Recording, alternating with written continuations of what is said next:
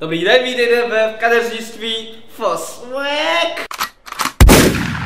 Dneska vám ukážu jeden velmi jednoduchý střih a v dnešní době i moderní. Boky pryč do ztracena a můj klient neboli zajíc pokusnej bude Lucky Link, kdo jiný. Co k tomu budeme potřebovat? Holící strojek. To je nejdůležitější věc. A druhý? Hřeben. Okay.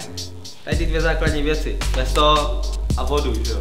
Pokud budete chtít spravovat horní party, budete k tomu určitě potřebovat nůžky. Tady ty kadeřnický. A tyto.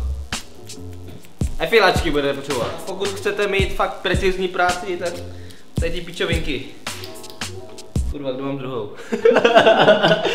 Tak, vaše oběť před stříháním musí mít mokré vlasy.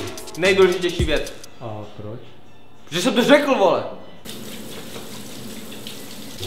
Pokud možno ne teplou vodou. Teď já jsem dal teplou vodu! Dej tam, vole, tu, vole, jak tomu říká? Vlažnou? Vlažnou. Ty je používat jedině padne neproblém. Jedině pantene, proč? Protože jsem to řekl. Mezitím, než si pan Lin umyje hlavu, pustíme nějaký motherfucking black song. Nic proti černochům, ale máte fakt krutou hudbu. Yeah! Rozdělil jsem mu vlasy. Vidíte ten bok? Je to ztracená, není úplně ke kůži. Přechod. Tady to půjde pryč. Je to ztracená. No, víte co, zatím vám ukážu to, záchod. A že blbosti, vole. Co říkáš? Že blbosti, vole. Co říkáš? Tak, účes je hotový. Naše oběť je připravena se ukázat.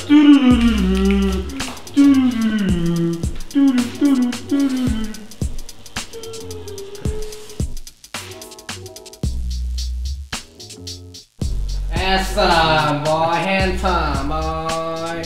A teď si zaměříme na mě.